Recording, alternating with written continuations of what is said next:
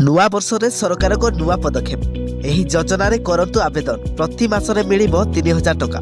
चलत संपूर्ण अपडेट जानिबा ता पूर्व वीडियो को लाइक करंतु, चैनल को नुआ आसिले एबे ही चैनल को सब्सक्राइब करी पाखरे थिया बेल नोटिफिकेशन क्लिक करी ऑल सेट करिया को जमारु भी भूलिबे नाही।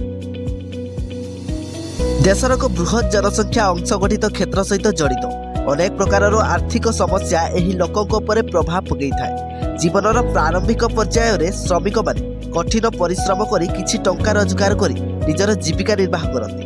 लोकक समस्या को दृष्टि रखी भारत सरकार योजना पर योजना करुछंती, जेउथरे कि समस्त उपकृत हेउचंती। एबे सरकार आउ एक नुआ योजना आनिछंती। एही योजनार नाम हेउची प्रधानमंत्री जोगी मानधन योजना।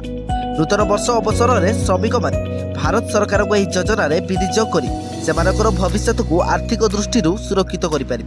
विस्तृत भाव में आसतु जानिबा एही योजना विषय।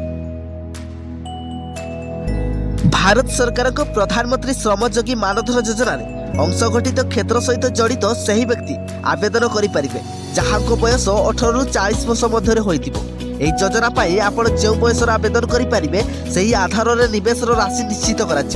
जदि आपण 18 वर्ष बयस एही योजना पाई आवेदन करती एभली परिस्थिति रे आपण को एही योजना रे प्रति मासरे 55 टका विनियोग करने को पड़िबो। सेहीपरि 40 वर्ष बयस एही योजना पाई आवेदन करती एभली परिस्थिति रे सेमानकु एही योजना रे प्रति मासरे 200 टका विनियोग करने को पड़िबो। आपण को 60 वर्ष बयस पर्यंत एही विनियोग करने को पड़िबो। 60 वर्ष बयस हेबा परे आपण प्रति मासरे प्रधानमंत्री श्रमयोगी मानधन योजना अधीन रे प्रति मासरे 3000 टका पेंशन पाई परिबे।